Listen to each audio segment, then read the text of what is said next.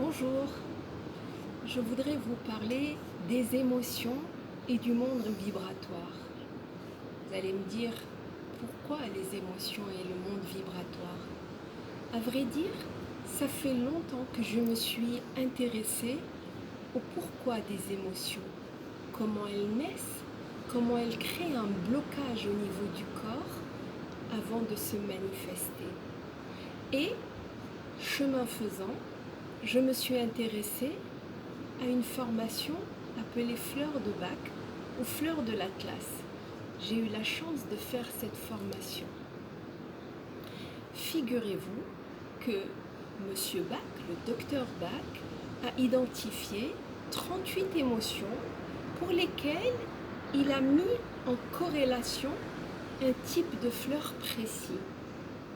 C'est ainsi qu'il a pu expérimenter que tel groupe de fleurs va traiter, par exemple, un sentiment d'incertitude.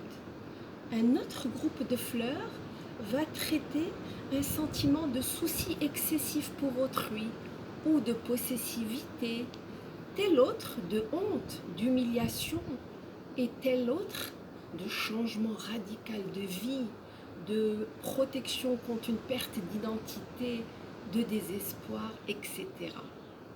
Mais où est-ce que ça devient intéressant?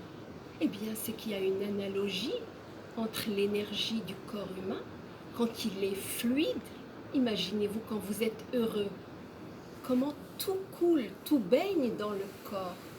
Et à l'inverse, quand vous ressentez une émotion perturbante, contractante, le cœur se serre, l'estomac se noue, et l'on peut dire que l'énergie est bloquée. Mais encore plus simple, revenons à la fleur. Voici une fleur en excellente santé. Je n'ai pas besoin de l'approcher pour ressentir la luminosité, la force qu'elle dégage.